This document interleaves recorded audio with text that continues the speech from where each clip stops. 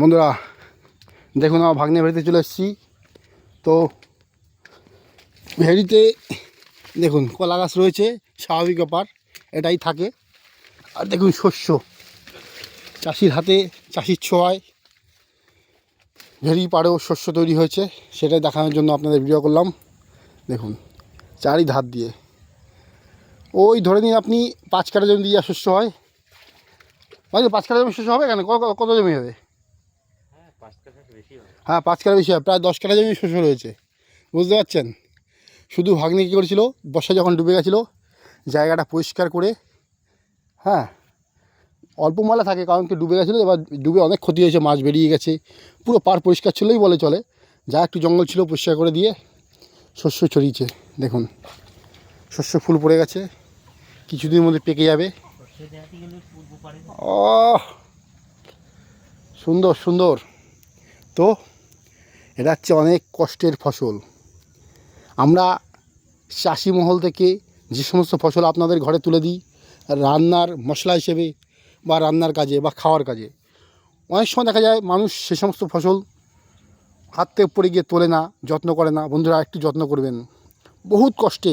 চিন্তা করুন, এই দানা, এই ফল পুষ্ট হবে, একটা দানা থেকে এই গাছটি সৃষ্টি হয়েছে।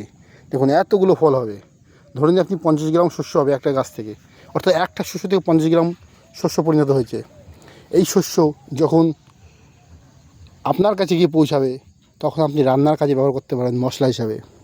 তো মশলা হিসাবে ব্যবহার করতে পারবেন, এটাই শুধু শেষ নয়, এটাকে যত্ন করে এর আসল মালিক অর্থাৎ যে তৈরি করেছে তার দিকে সম্মান প্রদর্শন করবেন। তবেই আপনি শস্যর উপর অর্থাৎ শস্যর দেবী, ধনরত্নের দেবী, লক্ষ্মী দেবী, তিনার উপর আপনি তার আশিস পাবেন। কারণ আপনি চাষের জিনিসের অপমান করেননি, চাষের জিনিসের অপমান করেননি, বুঝলেন। কারণ এই সমস্ত যে চাষের জিনিস, শস্য শ্যামল, সুন্দরম, এই শস্য বলতে শুধু শস্যর দানা নয়, ধান, চাল, আটা, আপনি যা কিছু খাচ্ছেন খাবার হিসেবে সমস্ত কিছুই শস্যের মধ্যে পড়ে। তাই এই সমস্ত খাবারকে যত্ন করুন এবং মা লক্ষ্মী দেবীর আশিস থেকে নিজেকে বঞ্চিত করবেন না। আপনি যদি এই সমস্ত খাবারকে যত্ন করে খান এবং যত্ন করে লোকের মধ্যে বিলি করুন, অন্ন দান করুন, তবে দেখবেন মা লক্ষ্মী আপনার উপরও ভালোবাসা বর্ষিত হবে, আপনার উপরও তার কৃপা দৃষ্টি থাকবে, তাই না?